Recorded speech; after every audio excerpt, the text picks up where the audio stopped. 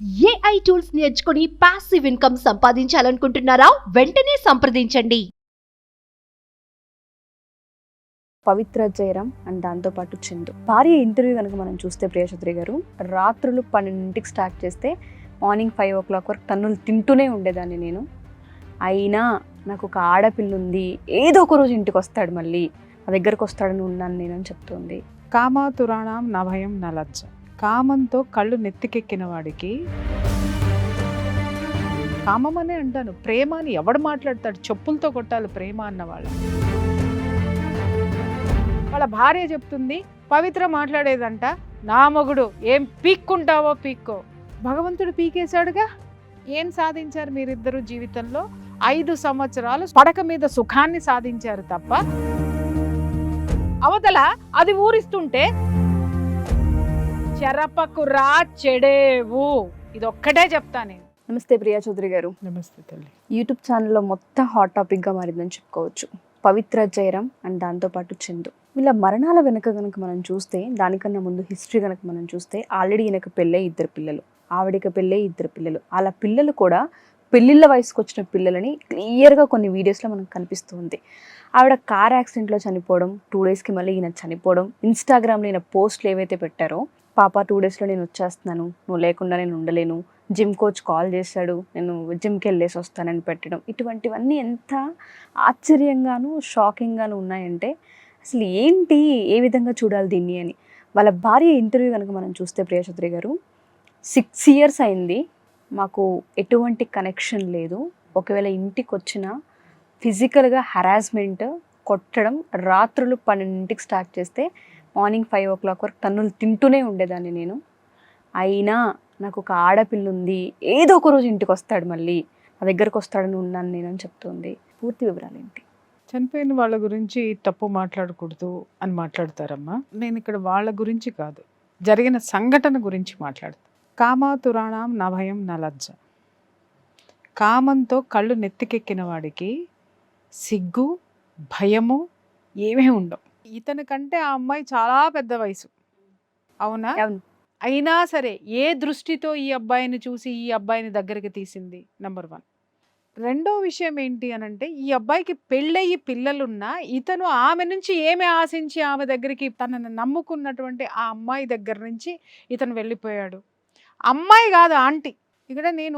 ఇక్కడ వాళ్ళు బ్రతుకున్నారా చనిపోయారా పక్కన పెడతానండి.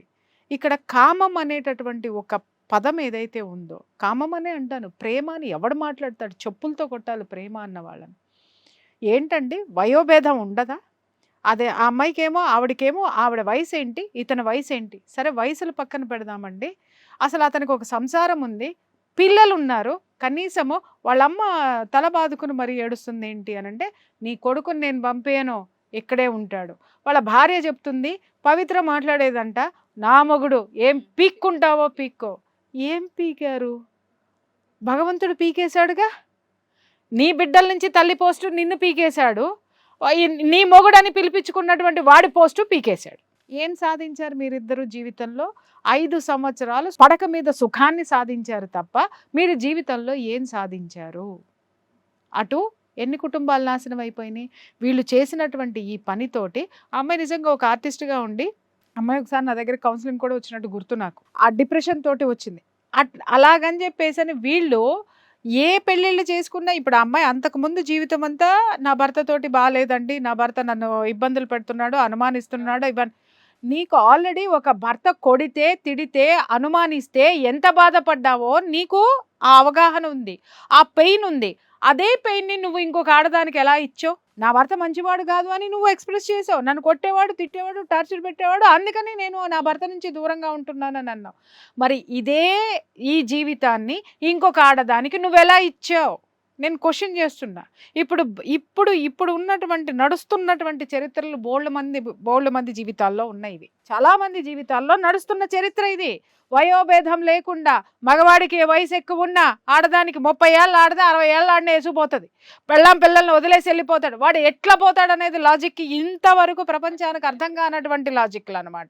పిల్లల్ని వదిలేస్తాడు, ఇక్కడ తాళి కట్టిన పెళ్ళామేమో ఉంపుడు గత్తి అవుతుంది, ఉంచుకున్నదేమో అఫీషియల్గా అది ఏదైనా ఎవరైనా అవుతుందండి. వాళ్ళని ఇప్పుడు మీరు అన్నారు పాప, బుజ్జి, బంగారము, అసలు ఇంత అద్భుతమైనటువంటి ప్రేమలు ఈ కామంలో మాత్రమే చోటు చేసుకుంటాయేమో. నిజంగా తాళి కట్టించుకున్నటువంటి భార్య దగ్గర ఇవి ఉండవేమో, అలాగే భర్త దగ్గర ఇవి ఉండవేమో. ఎవరికి న్యాయం చేసుకున్నారు చెప్పు? ఎవరికి న్యాయం చేయాల? వాళ్ళ పిల్లల దగ్గరికి వెళ్ళి కొడుకునో కూతురునో కొడుకునే అడగడం అడిగితే ఆమె వ్యక్తిగత జీవితము వాళ్ళ ఇష్టం అండి, మా ముందే అలా ఉంటారు అని మాట్లాడాడు అని అంటే అసలు ఏ సంస్కృతితోటి ఏ సంస్కారంతో వీళ్ళు పెరిగారు అనేది ఒక క్వశ్చన్ నేను వేయాలని అనుకుంటున్నానండి. వీళ్ళందరూ కలిసి సమాజాన్ని ఏం చేద్దాం అనుకుంటున్నారు? నీ వయసు ఉన్నటువంటి వాడు నీకంటే మహా అయితే ఒక 7-8 ఏళ్ళు వయసు పెద్దవాడై ఉండుంటాడేమో, లేదా ఒక 10 ఏళ్ళు పెద్దవాడై ఉండుంటాడేమో, తమ్ముడు వయసు లేకపోతే పెద్ద కొడుకు వయసు. అటువంటి వ్యక్తితోటి నీ తల్లి సహజీవనం చేస్తుంది అని అంటే అది కూడా ఇంకొక కుటుంబాన్ని నాశనం చేస్తుంది అని అంటే ఇంకిత జ్ఞానం ఉన్నటువంటి కొడుకుగా ఆవిడ జీవితం ఆవిడిష్టమా? ఎవరి జీవితాలు ఎవరిష్టము? ఎవరి ఇష్టం కొద్దీ ఇంకొక జీవితాన్ని నుంచి ఎలా లాక్కుని వస్తారండి జీవితాల గురించి? ఇవాళ మీరు అందరికీ సమాధానాలు చెప్పుకునేటటువంటి స్థితిలో ఈ రోజు మీరు నిలబడలేదా? ఆ రోజే మీ మదర్ని వారించి ఇది తప్పు, ఇంకొక సంసారం ఉంది, మేము మా నాన్న వల్ల మేము ఎలా ప్రాబ్లమ్స్ ఫేస్ చేసాము, వాళ్ళు కూడా సమాజంలో ఫేస్ చేయొద్దు, ఆమె కూడా ఒంటరిది అయిపోతుంది, నువ్వు ఇది కరెక్ట్ కాదు అని నువ్వు తల్లికి చెప్పుంటున్నట్టయితే ఇవాళ నీ తల్లి మీద అందరికీ సానుభూతి ఉండుండేది. చనిపోయిన వాళ్ళు ఎవరైనా సరే, అమ్మ దుర్యోధనుడు చనిపోయినా సానుభూతి చూపిస్తాము, రావణాసురుడు చచ్చిపోయినా కూడా సానుభూతి చూపిస్తాం. చావు అనేది సానుభూతితో కూడుకున్నటువంటి వ్యవహారం. కానీ జరిగిన చరిత్ర మాత్రం ఎప్పుడు వెంటాడుతూ ఉంటుంది మనల్ని. అది మాత్రం మర్చిపోవద్దు. నేను చెప్తున్నాను, ఈరోజు లివ్ ఇన్ రిలేషన్షిప్ ముసుగులోనో లేకపోతే ఎలా అయిపోయింది అని అంటే మాట్లాడితే దరిద్రపు వాగుడు ఒకటి వాగుతారు. ఏంటంటే సుప్రీంకోర్టు మాకు అనుమతి ఇచ్చేసింది అని.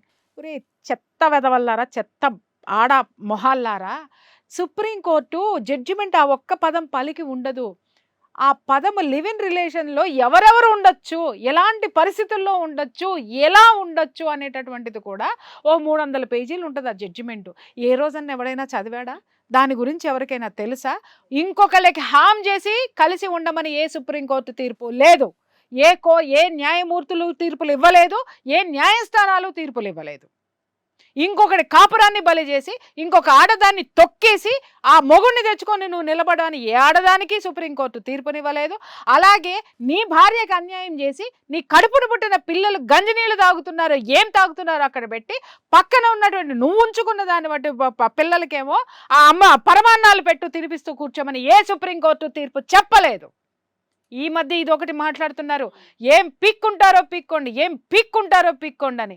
నేను చెప్తున్నాను, ఆ ఉసురు గనక ఎక్కువైతే ప్రకృతి పీకేస్తుంది, ఏదో ఒక రోజు పీకేస్తుంది. నా కళ్ళతో నేను చూశానమ్మా. ఇలా కుటుంబాలని నాశనం చేసినటువంటి ఆడవాళ్ళు, భార్యల్ని నాశనం చేసినటువంటి మగవాళ్ళు, నిజంగా చెప్తున్న చరిత్రలో మాత్రము మామూలు చావు అయితే వాళ్ళకి రాలా, మామూలు చావు రాలా. మోసం చేసి పెళ్లి చేసుకున్నా, మోసాలు చేసి జనాల్ని ఏమార్చినా తార్చిన ఇలాంటి వాళ్ళందరికీ శిక్షలు భయంకరంగా పడినాయి. ఇవాళ మీరందరూ అనొచ్చు ఆమె ఎలాగండి, ఆమె ఎలా, అరే ఆమె వల్ల ఇవాళ ఇంకొక కుటుంబం నాశనం అయ్యింది. అక్కడ ఆమె చనిపోయింది, సహజంగా ఏమన్నా చనిపోయిందా? ఆ చావును కూడా జీర్ణించుకోలేకపోతున్నాం మనం అసలు. చూడండి, వీడు బేబీ బేబీ బేబీ అనుకుంటూ శుభ్రంగా గాల్లో వీడు కలిసిపోయాడు.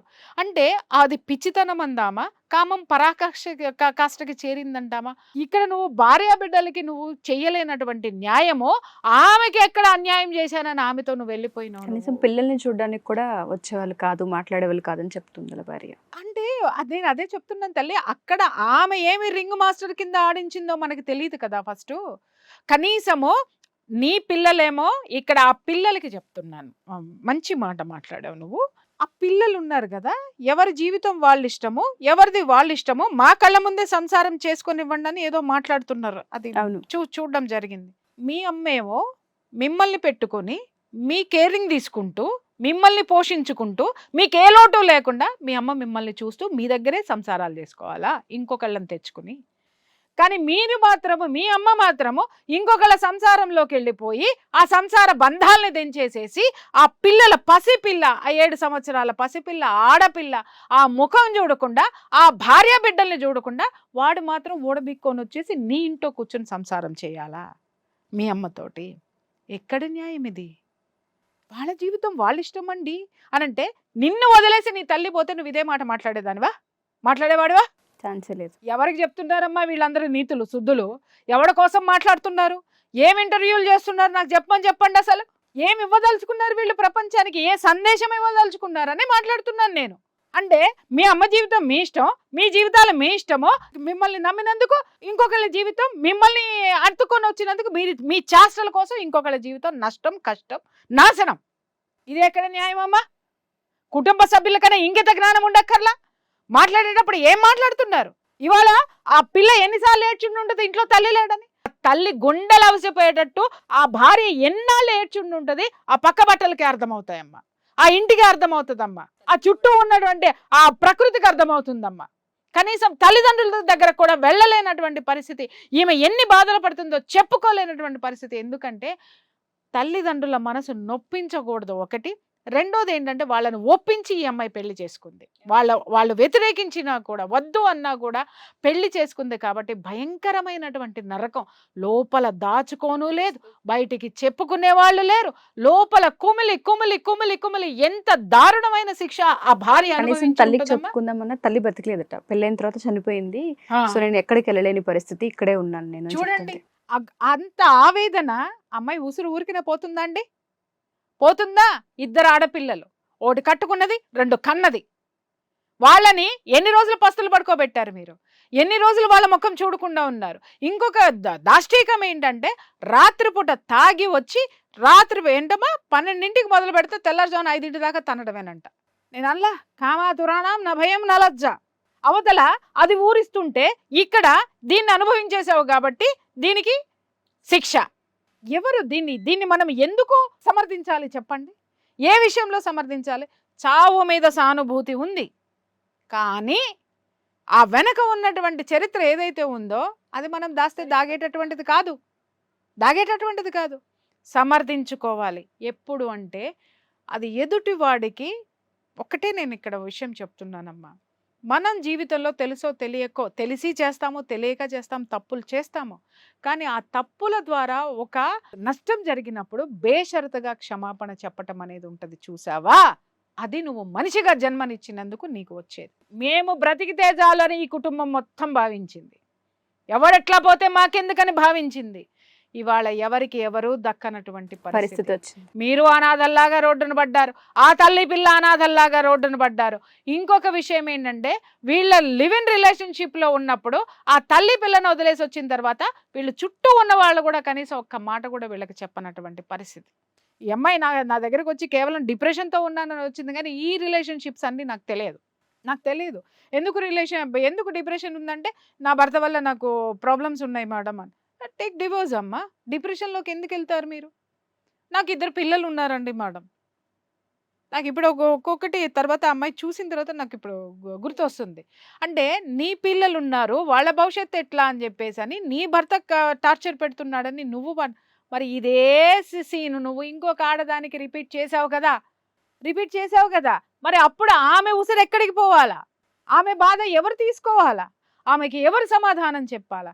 వాళ్ళ కుటుంబాన్ని ఆదుకునేటటువంటి వాళ్ళు ఎవరు? ఇంకా ఈ పిల్లలు పైకి వచ్చారు, కనీసం వయసు వచ్చిన మీకే మీ అమ్మ తోడు అవసరమో? మిమ్మల్ని మీ అమ్మ పక్కన పెట్టుకుంది, మిమ్మల్ని పారేయమని ఎవరు చెప్పలా?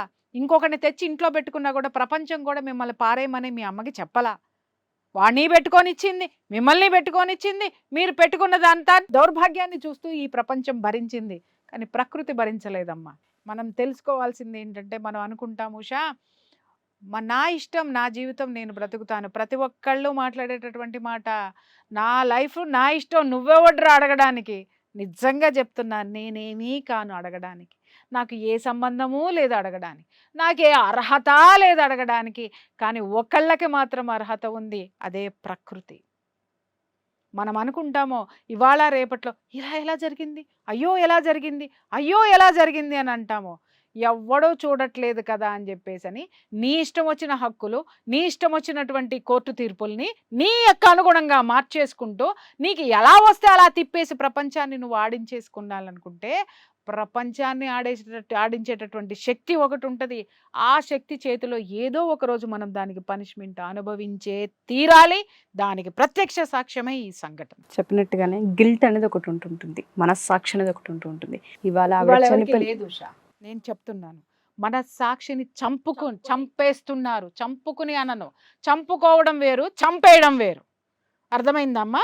చంపుకోవడం అంటే మదన పడడం, చంపేయడం అంటే పీక్ పక్కన పడేయడం అన్నమాట. అక్కర్లేదు అది నాకు. మనస్సాక్షి అనేది అది ఉంటే నేను ఎలా బ్రతుకుతాను, నేను ఎలా బ్రతకాలి, నేను బ్రతకాలంటే దాన్ని చంపేయాలి అని ఫస్ట్ దాన్ని మర్డర్ చేసిన తర్వాత ఇవన్నీ చేస్తున్నారు.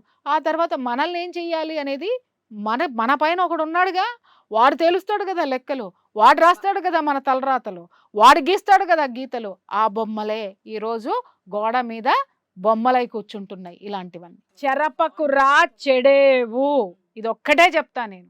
ఇంకొకళ్ళ కాపురాల్లో దూరి మీ ఇష్టం వచ్చిన వేషాలన్నీ వేసి కాపురాల్ని కూల్చి మొగుళ్ళని వేరు చేసి ఈ విధంగా చేసేటటువంటి ప్రతి ఒక్క ఆడవాళ్ళు, కాపురాలను కూర్చేటటువంటి ఆడవాళ్ళకి నేను చెప్తున్నాను కదా, ఎవరికైనా ఇలాంటి దుర్గతి ప్రతి ఒక్కరికి పట్టాలని లేదు. కానీ ఇంతకంటే నీచమైనది, ఇంతకంటే ఘోరమైనవి, ఇలాంటి ఘోరమైనటువంటి వాటిల్నే మీరు కూడా ఫేస్ చేయాల్సి వస్తుంది. Thank you ma'am. సుమన్ టీవీలో మీ పర్సనల్ అండ్ బిజినెస్ ప్రమోషన్స్ కోసం కింది నెంబర్కి కాంటాక్ట్ చేయండి.